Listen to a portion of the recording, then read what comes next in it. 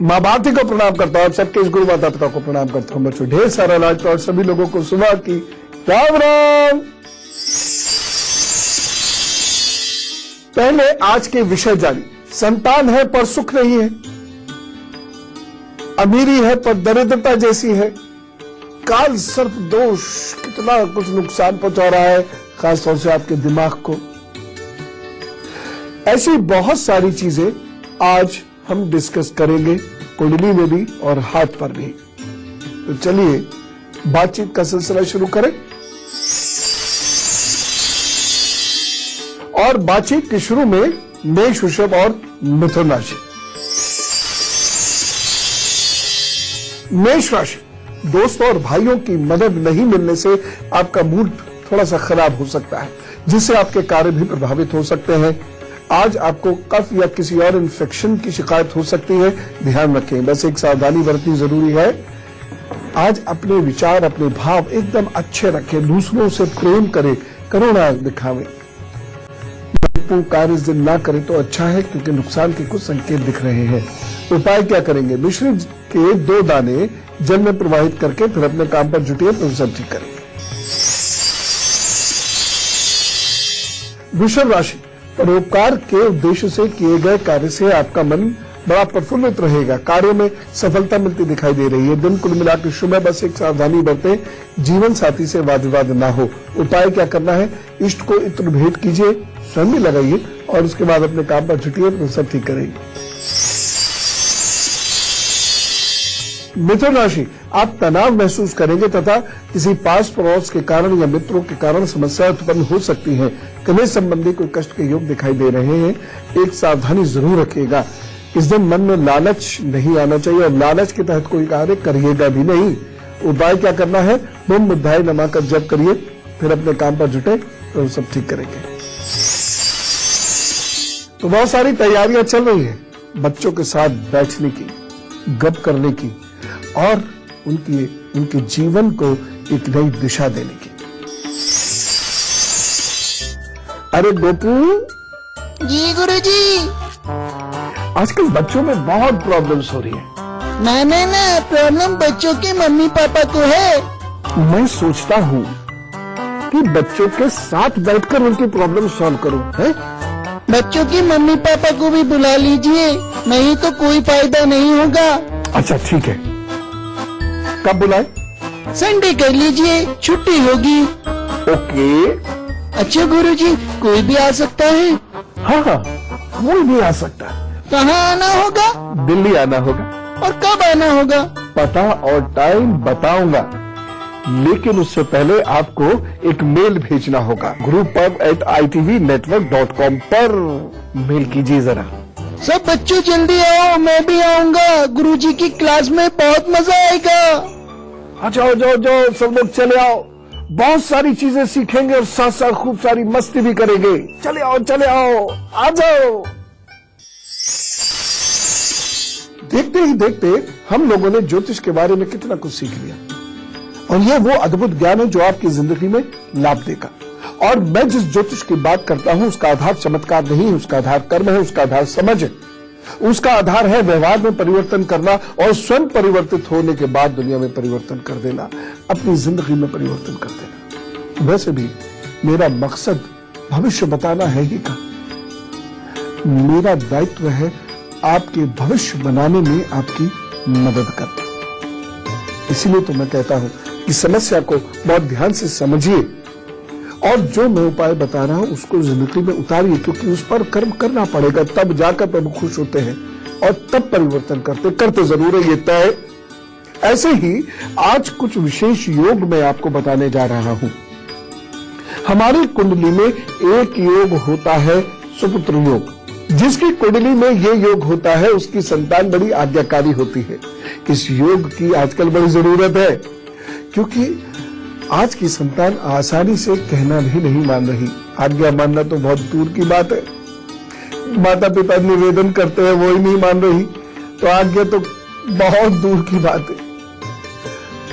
अब सुनिए, जिसकी कुंडली में प्रथम भाव तथा 5वें भाव का एक अच्छा योग बनता है उसकी संतान उसके बड़े कहने में चलती है, उसकी बात मानती है। कहने में चलने का मतलब ये नहीं है कि संतान को हम रोबोट बना दें। संतान रोबोट नहीं है, दो दिमाग है, दो अस्तित्व है, तो बातचीत तो होगी ही होगी। हो सकता है मतैक्य ना हो, एक ये खाना पसंद करे, दूसरा वो खाना पसंद करे। यहां मेरा जो मकसद है, जो कहना मैं चाह रहा हूं, वो ये है कि मतभेद नहीं होता, मनभेद नहीं होता। अपनी अपनी ओपिनियन तो होती है, वो होनी भी चाहिए। हाथ पर मैं आपको ये योग दिखाना चाहता हूं। देखिए, बृहस्पति का पर्वत इसमें बहुत महत्वपूर्ण है। जिसका बृहस्पति ये उंगली के मध्य है, बिल्कुल ये उंगली के बीच में, तो जिसका बृहस्पति का पर्वत ऐसे घूमता हुआ एकदम उंगली के मध्य में आता है और सही स्थान पर होता है, उसकी संतान उसका कहना मानती है।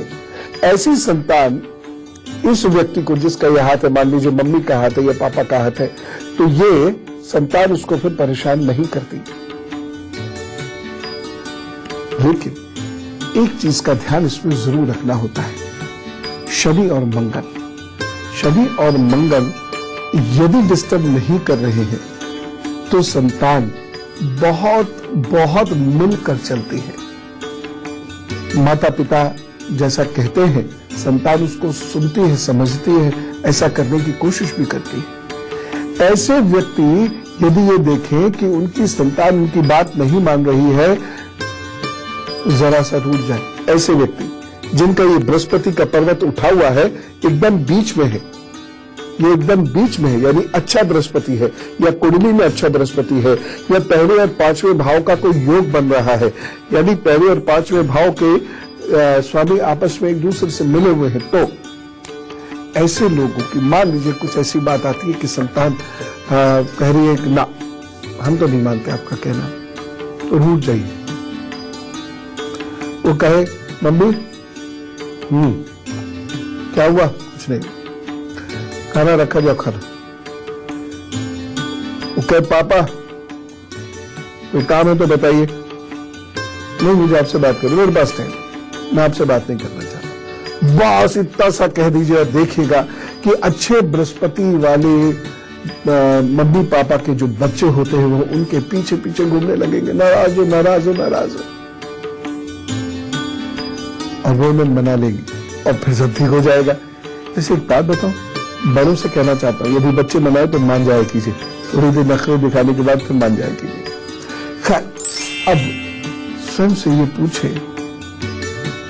कि भाई क्या क्या योग चाहिए। ऐसे ही कभी किसी से हम पूछते भी हैं क्या क्या चाहिए, तो धन, मकान और संतान हमारे कहने में चले, इस बात की सामान्य लोगों को इच्छा होती है। ये दो तीन चीजें हमारी जिंदगी में जरूर होनी चाहिए। अगर ये बृहस्पति अच्छा है तो ये सब मिलेगा। लेकिन यदि किसी के पांचवें भाव में सूर्य है या मंगल है या शनि है या केतु है, तो ऐसे व्यक्ति की संतान उससे दूर होती चली जाती है। यदि शनि और केतु जितना मजबूत होगा, संतान आपको छोड़कर भी जा सकती है, या सूर्य खराब हो गया तो संतान आपको छोड़कर जा भी सकती है। देखिए, एक घर, एक माँ, एक पिता और उनके दो बच्चे, सब कुछ वातावरण भी एक सा है, लेकिन कई बार आपने देखा होगा कि बच्चे पापा को नापसंद करते हैं पर मम्मी के बड़े आज्ञाकारी हैं, या मम्मी को नापसंद करते हैं पर पापा के बड़े आज्ञाकारी हैं। ऐसा क्यों होता है? क्योंकि जिसकी कुंडली में पहले और पांचवा भाव जितना मजबूत होगा, बच्चे उसके पीछे उतने अधिक होंगे। और जिसकी कुंडली में शनि, पांचवें भाव को शनि, राहु, मंगल या सूर्य या केतु प्रभावित कर रहे होंगे, बच्चे उससे छिटके हुए होंगे। नेचर और नर्चर दोनों महत्वपूर्ण हैं। यहां मैं लगे हाथ एक विषय से हटकर एक बात कह रहा हूं, यानी कुंडली तो जितनी आवश्यक है उतनी है ही, लेकिन बच्चों को हम पालते पोसते कैसे, उनकी पेरेंटिंग कैसे करते हैं, ये भी बहुत इंपॉर्टेंट है। अभी क्या होता है, कुछ लोग ऐसे होते हैं जो पूरी तरह भाग्यवादी होते हैं, तो वो पेरेंटिंग पर ज्यादा ध्यान नहीं देते। वहां भी बच्चे गड़बड़ हो जाते हैं। और कुछ लोग ऐसे होते हैं जो अति के कर्मवादी होते हैं, वो भाग्य पर बिल्कुल ध्यान नहीं देते और उनके भी बच्चे उनसे दूर हो जाते हैं। जिंदगी में भाग्य और कर्म का संतुलन होना चाहिए, तब जाकर चीजें अच्छी होती हैं। अब मैं दावे से कह रहा हूं, जिस व्यक्ति का पंचम भाव कमजोर है, उस पर राहु, सूर्य, शनि की कुदृष्टि है या वहां पर ये ग्रह बैठे हुए हैं, उनकी संतान उनसे छिटकेगी। मैं कारण डिस्कस नहीं कर रहा, कौन अच्छा है कौन बुरा है ये डिस्कस नहीं कर रहा, मैं सिर्फ ग्रह योग की बात कर रहा हूं। और एक ही घर के अंदर ऐसा हो रहा होगा जबकि वहां पर नर्चरिंग सेम। जो मैंने हाथ में अभी आपको बृहस्पति दिखाया था, अगर इस बृहस्पति की स्थिति कमजोर है तो ऐसे व्यक्ति की आज्ञा उसकी संतान नहीं मानती। जैसे किसी भी व्यक्ति का यदि ये बृहस्पति दबा हुआ है या यहां पर कुछ लाइनें इधर उधर बिखरी हुई है, कुछ लाइनें इधर उधर इस तरीके से बिखरी हुई है, या यहां पर एक स्टार बना हुआ है, तो ये तय मान के चलिए संतान सुख नहीं मिलेगा। और अपने आप को ज्यादा जोड़कर चलिए भी मत संतान से, बस है ठीक है, इतना ही बहुत है कि है, हम संतान वाले हैं, यही बहुत है, अन्यथा बहुत परेशानी हो जाएगी। एक चीज मैं और कहना चाहता हूं, लगे हाथ बहुत ध्यान से देख लीजिए, ये वाला हिस्सा किसी का, ये वाला हिस्सा, ये वाला हिस्सा, ये उठा हुआ, बहुत उठा हुआ है, यहां से एक रेखा यहां जा रही है और ये वाला हिस्सा भी उठा हुआ है। ऐसे व्यक्ति के अंदर अधिकार जमाने की, हक जमाने की इतनी बुरी आदत होती है कि वह जैसा चाहे वैसा हो तो ठीक, नहीं सब बेकार है, संतान भी बेकार है। ऐसे व्यक्ति से भी संतान भागने लगती है, क्योंकि आज के युग में बच्चों के पास भी अपनी एक सोच है, जो आज से 25-50 साल पहले, ज्यादा पुरानी बात भी नहीं कर रहा, 25-50 साल पहले भी व्यक्ति के पास अपनी एक सोच डेवलप होने में बहुत लंबा वक्त लगता था। 20-22 साल में जाके उसकी अपनी सोच डेवलप होनी शुरू होती थी सामान्यतः।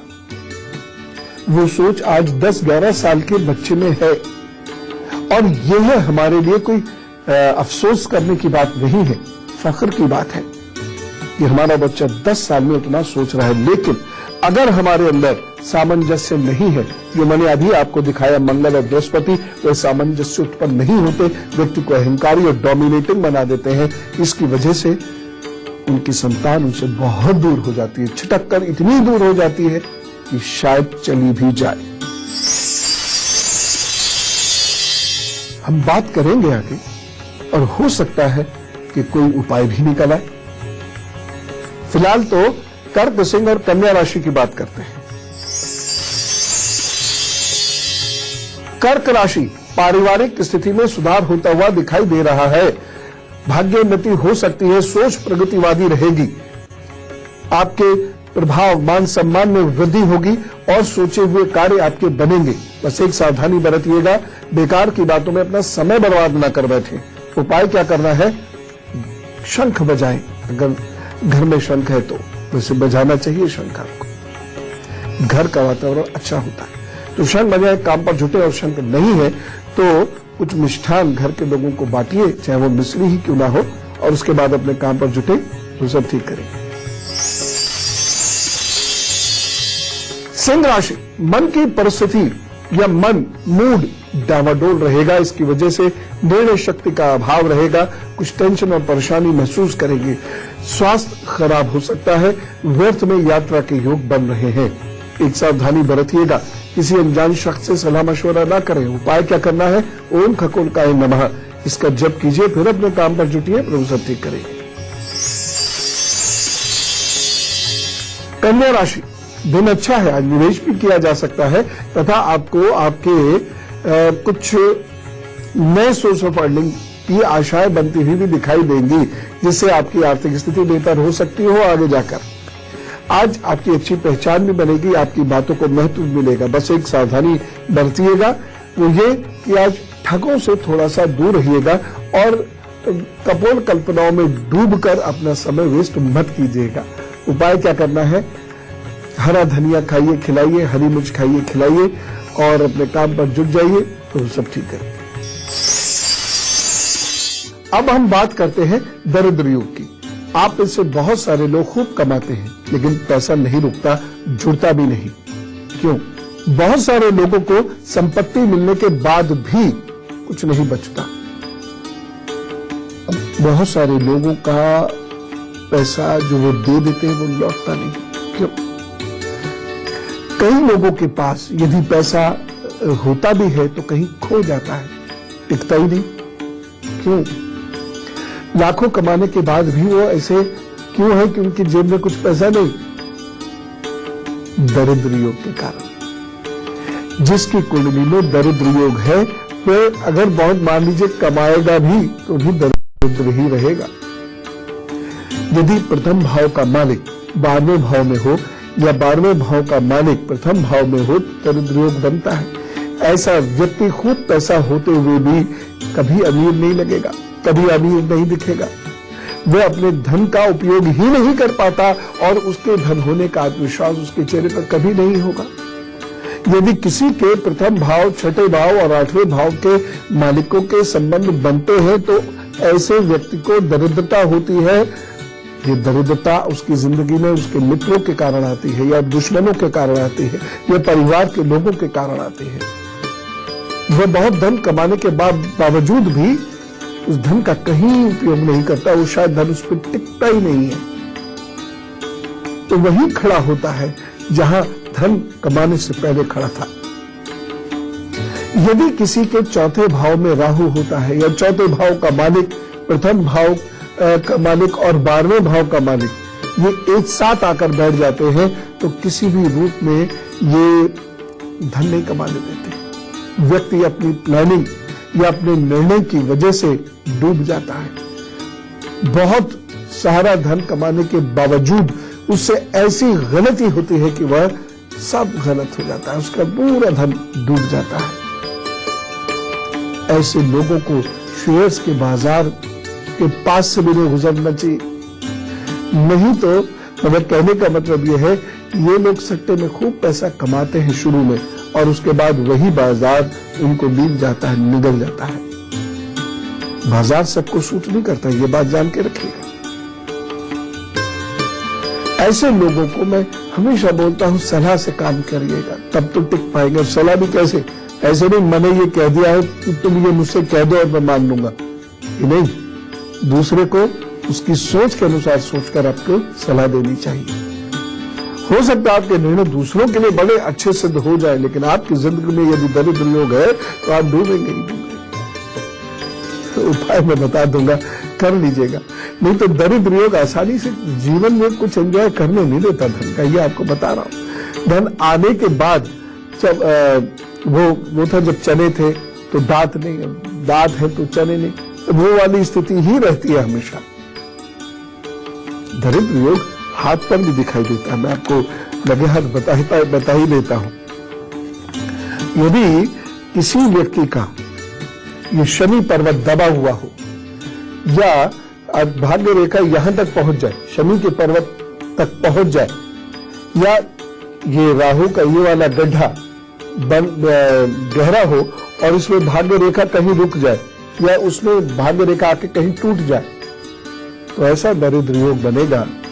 अब कमाते रहिए, कमाने को कौन मना कर रहा है? हो सकता धन भी आएगा, लेकिन वह धन कभी भी रुकेगा नहीं। वह धन आपकी जिंदगी में काम नहीं आएगा। ये जब आपको अपनी जिंदगी में धन की जरूरत पड़ेगी काम नहीं आएगा। यह होता है दरिद्र योग। दरिद्र योग जिस पर प्रभावी होता है उसके पास पैसे आप दे भी दो, टिकेंगे नहीं, गिर जाएंगे, चुड़ जाएंगे। अजीब सा ये योग होता है, लेकिन ये होता इतना विशेष है, इससे बच के चलना बहुत जरूरी है। नहीं तो पूरी जिंदगी नूनते लकड़ी में गुजर जाती है। आप थोड़ा थोड़ा कमाने की कोशिश करते रहते हैं, लेकिन आपके पास कभी भी पैसा जुड़ेगा नहीं। इसलिए आप आर्थिक कष्ट से कभी बाहर नहीं आ सकते। इसलिए दरिद्र योग के उपाय जरूर कर लीजिएगा। राजेश जी से बात करते हैं, रेवाड़ी से हमारे साथ है। राम राम। राम राम जी गुरु जी। जी हाँ जी गुरु जी, एक्चुअली मेरा नाम राजेश है। हेलो। जी हाँ, हेलो। सुन रहा हूँ। हाँ जी सर, एक्चुअली मेरी ना शादी होने के बाद मैरिज लाइफ में बहुत ज्यादा कॉम्प्लिकेशंस आ गई हैं। 13 दिसंबर 1987। टाइम 10:42 रात के। और जन्म स्थान रेवाड़ी हरियाणा। REWARI।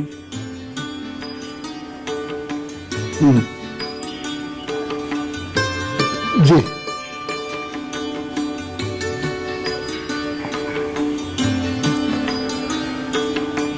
अच्छा, ये मुझे बताइए हाँ जी। कि डिवोर्स हो गया है? नहीं, अभी तो नहीं हुआ है, अभी तो केस चल रहा है। डिवोर्स का केस चल रहा है। हाँ जी। देखिए, मई 2017 तक ये समस्या बनी रहेगी और उसके बाद समस्या ये सुलझनी शुरू होगी। अक्टूबर 2017 तक ये समस्या पूरी तरह सुलझेगी। उसके बाद आप अपना वैवाहिक जीवन 2019 में पुनः शुरू कर सकते हैं। ये समस्या जल्द सुलझे और आपको परेशानी नहीं हो, उसके लिए आप एक लोहे का छल्ला अपनी मध्यमा में शनिवार के दिन जरूर धारण कर लीजिएगा। बस ये ध्यान रखें और वो सब ठीक करेंगे। सुख शांति मिले आपको। बात कर रहे थे कि यदि कुंडली में कुछ हमारे ऐसे योग हैं जो हमें बहुत समस्या दे सकते हैं, तो उन योगों को कैसे जानेंगे और उनसे कैसे निपटेंगे। फिलहाल तो तुला, वृश्चिक और धनु राशि को क्या उपाय कर रहे हैं, यही मैं बताता हूं। तुला राशि, अपना आर्थिक पक्ष पाने के लिए आज का दिन शुभ है और विषम परिस्थितियों में भी आज आप बिना किसी परेशानी के अपने काम को आसान कर सकते हैं। एक सावधानी बरतिएगा। आपके गुरु हुए, संत हुए, टीचर्स हुए, बुजुर्ग हुए, इनका सम्मान कीजिएगा, मजाक मत उड़ाइएगा, इनके काम में कमियां मत ढूंढिएगा। उपाय क्या करना है, थोड़ा सा मीठा और नमकीन दोनों खाइए, खिलाइए, फिर अपने काम पर जुट जाइए तो सब ठीक करिए। वृश्चिक राशि, आपके विचार मिले जुले संकेत दे रहे हैं। विश्वास और धारणाओं में थोड़ा परिवर्तन महसूस होगा आपको। किए गए कामों से पूरा फायदा नहीं मिलेगा, जिसकी वजह से मन उदास रहेगा। अभी तो बड़ा उत्साह है, बीच बीच में उत्साह आएगा भी, खूब बढ़ेगा भी, लेकिन लाभ नहीं होगा। एक सावधानी, बहन और बुआ से आपका झगड़ा नहीं हो, न ही उनके कामों में आपको आप खामी ढूंढे या उनकी निंदा करें। उपाय क्या करना है, ओम हं हनुमते रुद्रात्मकाय हुम फट का जाप करिए और अपने काम पर जुटिए, तो सब ठीक करेंगे। धनु राशि, स्वास्थ्य को लेकर दिन बहुत अच्छा नहीं कहा जा सकता। किसी के कारण आप परेशानी में पड़ सकते हैं। अधिक परिश्रम के बाद भी आज फल की प्राप्ति थोड़ी कम रहेगी, उदास मत होइएगा। सावधानी, आज आप आलस्य का त्याग कीजिए, असत्य का सहारा मत लीजिए, अन्यथा आपके लिए समस्याएं खड़ी होंगी। उपाय क्या करना है, ये दिन बहुत अच्छा बीते, इसके लिए ओम ब्रह्म बृहस्पताय नमः का जप कीजिए, फिर अपने काम पर जुटिए तो सब ठीक है। एक ऐसे योग की मैं बात करने जा रहा हूं जिसे सुनना भी लोग पसंद नहीं करते, लेकिन कुछ घटनाएं जीवन में होती हैं। आप उन्हें देखना चाहें या ना देखना चाहें, लेकिन यदि वह किस्मत में है तो होंगी। इसलिए बेहतर है आप उन्हें सुन लीजिए और उपाय कर लीजिए। नहीं होंगी, विधवा या विधुरता का भी एक योग होता है जो हमें समय समझना चाहिए। समय रहते इस योग के उपाय करने से लाभ हो जाता है। जब 7वें, 8वें और 12वें भाव के मालिक 7वें, 8वें या 12वें भावों में बैठ जाए और बृहस्पति कोई मदद ना करे तो ऐसे व्यक्ति को जीवन साथी का सुख नहीं मिलता। कारण कुछ भी बन सकता है, परंतु समय रहते यदि उपाय करना प्रारंभ हो जाए तो बड़ी दुर्घटना से ईश्वर जरूर बचा सकते हैं। यहां मैं स्पेशली कहना चाहूंगा कुछ दोष यानी मंगल दोष, इसका जिक्र करना जरूरी है। जिन लोगों की कुंडली में 7वें या 8वें भाव में मंगल है और ये मजबूत मंगल है तो ऐसे लोगों को विवाह और वैवाहिक जीवन दोनों में परेशानियां आएंगी। परंतु यदि मंगल अच्छे बृहस्पति से दृष्ट है तो ये परेशानियां कम हो जाएंगी, जीरो नहीं होंगी। विवाह होकर भी गृहस्थी का सुख शायद ना मिल पाए यदि ये मंगल 7वें और 8वें भाव में है। परंतु सामान्यतः हम लोग अधिकतर मंगली शब्द सुनते ही बहुत परेशान हो जाते हैं, परंतु मंगली होना अधिक से अधिक विवाह में देरी करा सकता है, परंतु इससे अधिक कोई परेशानी नहीं देगा। अतः आप लोग मंगली होने से नहीं डरे, लेकिन कुछ दोष जहां मंगल दोष है तो उपाय जरूरी है, क्योंकि नुकसान यही करता है। यदि ये लाखों में से किसी एक आध की कुंडली में होता है, लेकिन जब होता है तो नुकसान करता है। इसलिए समय रहते यदि इस दोष का निवारण कर लिया जाए तो भी लाभ मिल पाता है। बताऊंगा उपाय, चिंता मत कीजिए। चलो अभी मैं आपको बताता हूं मकर, कुंभ और मीन राशि का हाल, और उसके बाद हम उपाय करेंगे। देखो, समस्या यदि पता है और आप उपाय करते हैं, प्रभु को समर्पित होते हैं तो हल निकलते हैं। कम ज्यादा देर सवेर हो सकती है, लेकिन निकलता है ये तय। मकर राशि, स्त्री का सम्मान करना लाभदायक रहेगा, संतान से सहयोग मिलेगा और विद्यार्थी वर्ग को भी सुखद स्थिति प्राप्त होगी। व्यापार व्यवसाय में लाभ मिलता दिखाई दे रहा है। स्वास्थ्य उत्तम है, बस एक सावधानी रखिएगा, वृद्धजनों की बुराई ना करें। और उपाय क्या करना है, दिन को बेहतर बनाने के लिए आप ओम नमः शिवाय का जप कर लीजिएगा, वो सब ठीक करें। कुंभ राशि, दफ्तर की राजनीति हो या फिर कोई अन्य विवाद, चीजें आपके पक्ष में आ रही हैं, इसलिए स्वयं को आप सुरक्षित महसूस करेंगे और आपका दिन अच्छा है, आगे बढ़िए, प्रतिष्ठा मिलेगी। बस एक सावधानी, कमर का विशेष ध्यान रखें। उपाय क्या करना है, आज यदि संभव हो सके तो जीवन साथी या पार्टनर के या मित्रों के कार्यों में सहयोग कीजिएगा और उनकी प्रशंसा कीजिएगा, प्रभु आपका कार्य बनाएंगे। ये उपाय मजाक में ना लिया करें, ये बहुत महत्वपूर्ण है, क्योंकि मैं चंद्र, शुक्र, बृहस्पति और सप्तम भाव की बात कर रहा हूं, इसलिए ये उपाय मैंने आपको बताया है, ये आप कीजिए, चीजें बेहतर होंगी।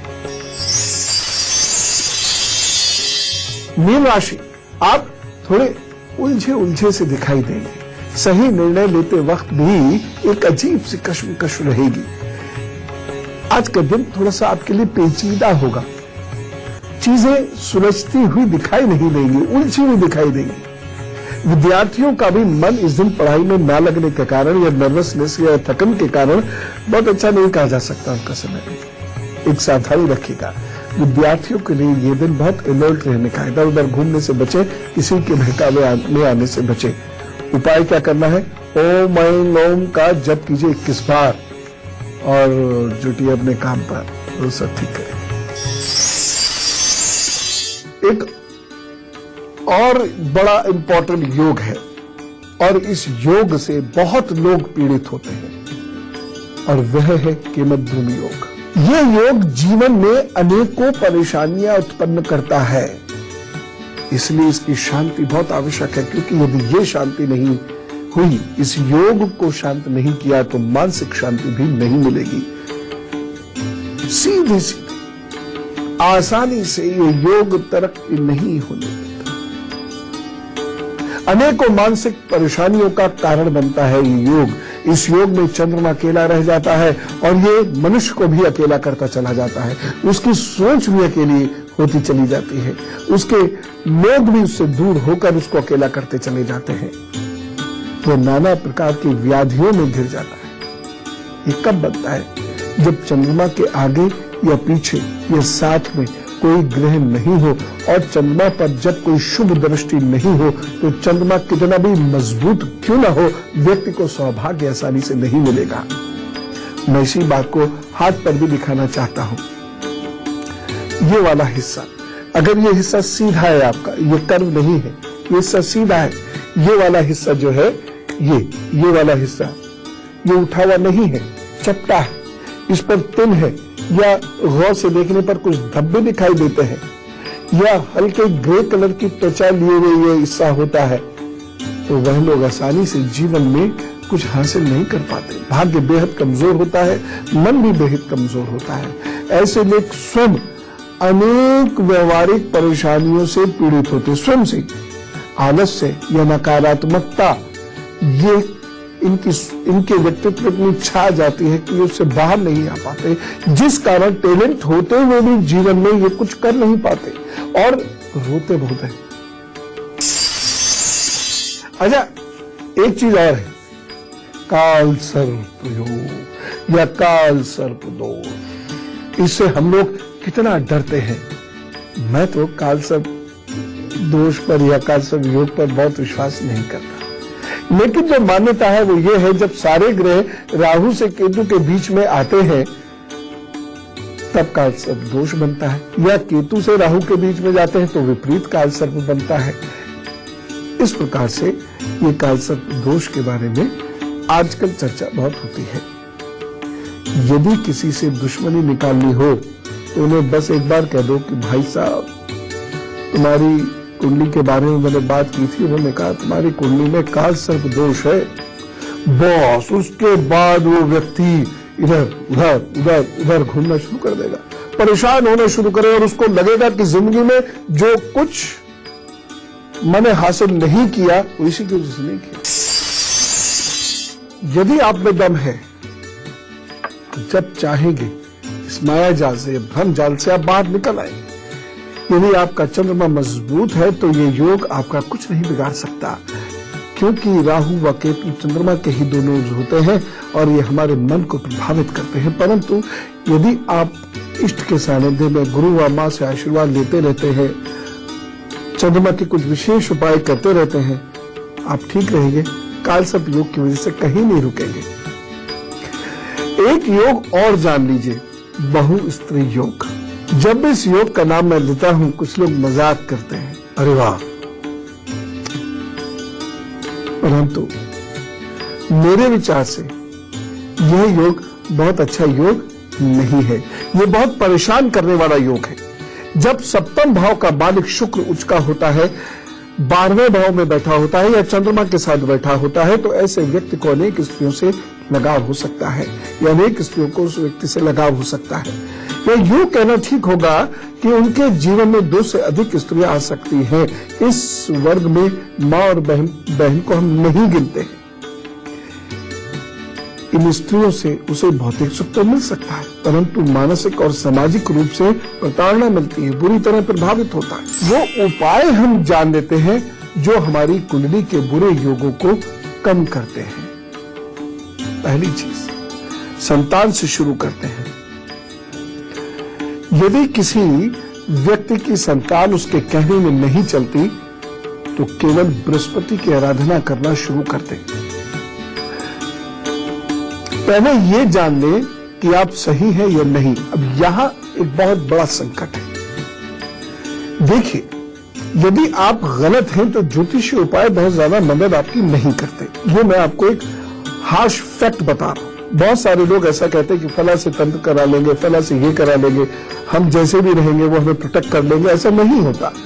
और शायद किसी के अंदर बहुत शक्ति हो तो 1-2 बार ऐसा कहे और ऐसा हो भी जाए, लेकिन बाद में कराने वाला और करने वाला दोनों डूबते हैं। ये तय है, इसमें 99.99 नहीं है, ये 100% तय है। आप ईश्वर का जो मार्ग है, जो ईश्वर ने हमारे आपके लिए नियत किया है, अगर आप उसमें नकारात्मक रूप से प्रवेश करते हैं तो आप फंसेंगे, ये तय है। लेकिन बहुत सारे लोग अपना आकलन नहीं करते, वह अपने आप को सही ही आंकते हैं। अब ये एक बहुत बड़ी परेशानी हो जाती है। हम कभी प्रवचन आदि में कहते भी है ना, किसी व्यक्ति के दुर्गुणों के बारे में बता भी रहे होते हैं तो वो व्यक्ति यही समझता है मुझसे थोड़ी कह रहे, मेरे बगल वाले से कह रहे, सुधर जाओ तुम, सुधर जाओ। क्या पता मैं उसी से कह रहा होता हूं। लेकिन ये बहुत गंभीर लोग ही कर पाते हैं कि ये दुर्गुण तो मुझमें है, मैं सुधर जाऊं। कई बार ऐसा होता है, लोग कहते तो रहते गुरु सानिध्य नहीं मिलता, गुरु सानिध्य, लेकिन जब गुरु सानिध्य का मतलब क्या है? भविष्य बताने के लिए थोड़ी होता है गुरु सानिध्य। गुरु सानिध्य का मतलब है आप ज्ञान की बातें करें, ध्यान की बातें करें, ईश्वर की बातें करें। जो सबसे महत्वपूर्ण होता है गुरु सानिध्य, वो इसलिए होता है, जब विद्वान का सानिध्य इसलिए होता है कि आप अपने सुधार की बात करें। सबसे महत्वपूर्ण तो यही होता है। जब वो ये बताते आपको ये कमी है, सुधर जाओ, नहीं सुधरते। 99% लोग नहीं सुधरते क्योंकि उन्हें कार पकड़ने वाला है, वो उससे मुक्त नहीं हो पाएंगे, इसलिए वो सुधरते ही नहीं है। और बताने वाले से और नाराज हो जाते हैं, हाँ हमें टोक दिया, अहंकार आ जाता है। तो ये बहुत मुश्किल है और यहीं से सारे रास्ते भी खुलते हैं। ये भी है, यही कुंजी है, ये पहला दरवाजा है, उसके बाद बहुत सारे रास्ते खुल जाएंगे। लेकिन ये बहुत मुश्किल है कि व्यक्ति अपने आप की गलती पहचान पावे। वो जानते हुए भी उसको इग्नोर करता है, और जब वो इग्नोर कर रहा है तो समझ लीजिए कि राहु या शनि आने वाले समय में बिल्कुल 100 प्रेम कर देंगे उसको, उसका मतलब मिट्टी में मिलाने वाले हैं। इसलिए वो अपनी गलती नहीं समझ रहा। ये मैं आपको महज प्रीचिंग प्रवचन नहीं दे रहा हूं, ये सत्य के धरातल पर खड़ा होकर आपको बता रहा हूं, अपने अनुभव से आपको बता रहा हूं। इसलिए अपनी गलतियों को पहचानिए और फिर बदलना शुरू कर दीजिए। उसकी उपासना आराधना कीजिए, बदल जाएगी तकदीर। आप यदि तय संतान के मामले में यदि आप तय तो ओम बृहस्पताय नमः का जप हल्दी की माला से करना शुरू करें, या ओम नारायण नमो नमः का जप हल्दी की माला से करना शुरू करें, और ये सूर्यास्त के बाद ही करें। इसे करने से पहले चमेली के तेल का दीपक जरूर जला के रख लीजिएगा। ये एक ऐसा जप मैं आपको बता रहा हूं जो हो सकता है एकदम प्रभाव न दे, लेकिन जो लोग बस करते ही चले जाए इसे, प्रभाव उनके जीवन में निश्चित रूप से आता है, निश्चित रूप से चीजें बदलती हैं। संतान के साथ स्थिति बेहतर होती है, वो संतान का सुख मिलता है। दूसरा उपाय, दरिद्र योग है तो है, अगर आपने इसे बचने के लिए कोई विशेष उपाय नहीं किए तो जीवन भर आपको पनपने नहीं देगा। इसके लिए कुछ एक व्यवहारिक उपाय बेहद आवश्यक है। पहला ये कि अपनी जेब और अपने बैंक अकाउंट में पैसा मत रखिए, या बैंक अकाउंट किसी और के हाथ में दे दीजिए ऑपरेट करने को। यहां बैंक अकाउंट से मेरा मतलब बिजनेस के अकाउंट से नहीं है, पर्सनल अकाउंट से, व्यक्तिगत अकाउंट से। दूसरा उपाय, पूरी उम्र या माँ या बहन या पत्नी या बेटी से रोजाना अपने खर्चे के पैसे मांगे, या पति भी, अगर दरिद्र योग पत्नी की कुंडली में है तो पति से, अपने या सास से, ननद से, किसी से, बेटी से, बेटे से, वह अपने खर्चे के पैसे मांग ले। आज मेरा दिन भर में इतना खर्चा, मुझे दे दीजिए। नहीं तो आप कभी भी दरिद्रता योग से लड़ नहीं सकेंगे, ये तय है। मतलब इसमें आप पहनते रहिए अंगूठियां, वो जाता नहीं। तीसरा उपाय दरिद्रता योग से बचने के लिए है अर्गला स्तोत्र का पाठ, और चौथा उपाय है कन्याओं की यथासंभव मदद। कुछ दोष से बचने के लिए या विधवा अथवा विधुर योग से निपटने के लिए हमेशा गुड़ चने शहद केला, गुड़ चने शहद केला और साथ साथ सिंदूर और लाल वस्त्रों का दान किया करें। ये दान किसी को भी दे सकते हैं, मंगलवार को दिया करें। महीने में एक मंगलवार तो तय है ये दान जीवन पर्यंत करना है, और इसमें ऐसी कोई चीज नहीं है जो बहुत महंगी हो। वस्त्र आप एक रुमाल रख लीजिए। अगर आप अफोर्ड नहीं कर सकते तो, अगर अफोर्ड कर सकते हैं फिर भी आप नहीं करते हैं तो फिर भगवान जी को आपकी शरारत समझ में आती है, वो फिर आपका दान आदि कुछ भी कबूल नहीं होता। एक मैं बहुत महत्वपूर्ण उपाय बता रहा हूं, जिन लोगों की कुंडली में कुछ दोष भयंकर है और इस वजह से संतान के सुख में बाधाएं हैं या ग्रस्त जीवन के सुख में बाधाएं हैं, ऐसे लोगों को प्रण करना चाहिए कि किसी गरीब की कन्या का कन्यादान अवश्य करेंगे। यह एक ऐसा उपाय है जो मंगल दोष के प्रभावों को नष्ट करता है। जिस लड़की की कुंडली में विधवा दोष या कुछ दोष या मंगल महादोष हो, ऐसी कन्या को पीपल या कुंभ के साथ उसका विवाह जरूर करा दीजिएगा तथा पुरुष को गणेश अथर्वशीष का पाठ अवश्य करना चाहिए तथा बृहस्पतिवार को मंदिर में पीली मिठाई का प्रसाद अवश्य चढ़ाना चाहिए। मंगल दोष यदि किसी को हो तो वह अपनी वाणी पर विशेष नियंत्रण रखे, क्योंकि वहीं से प्रॉब्लम शुरू होगी तथा यदा कदा महामृत्युंजय का जप करना जीवन और परिवार को पालता चला जाता है, बढ़ाता और बेहतर करता चला जाता है। साथ ही जिन लोगों का मंगल दोष है उन्हें बुआ और मौसी का विशेष ध्यान रखना चाहिए। ये उपाय करने पड़ेंगे, नहीं तो जो मैंने दोष बताया था यदि वो कुंडली में है और आप ये उपाय नहीं करते हैं, बात तो गड़बड़ होगी ही होगी। कालसर्प दोष की बात करता हूं, यकीन कीजिए इन उपायों से ये समस्या निपट जाती है। वैसे ये समस्या मैं तो मानता ही नहीं हूं, फिर भी जो लोग मानते हैं उनसे कह रहा हूं। इससे बचने के लिए शिव जी के उपाय करने चाहिए। दूसरी बात, अपने पास एक चांदी की ठोस गोली जरूर रखें या गले में पहन लें। तीसरी बात, कभी कभी शनिवार को 2 रंग का कंबल दान कर दिया करें। अगली बात, मां या बेटी को सोने का कोई चीज उपहार में दे, यदि वो नहीं दे सकते तो कोई बात नहीं, ये वाला उपाय करें। पीतल का बर्तन ले लीजिए, उसमें अच्छे से पानी भरिए और घर के कोने में उसे रख दीजिए और दूसरे तीसरे दिन पानी जरूर बदलते रहिए। एक और उपाय, 7वें सोमवार या बृहस्पतिवार को यह जल आपने अवश्य बदलना है। वैसे रोजाना में तो दूसरे तीसरे दिन बदलना ही है, लेकिन 7वें सोमवार या 7वें बृहस्पतिवार को तो ये जल आपको बदलना ही बदलना है उस महीने में।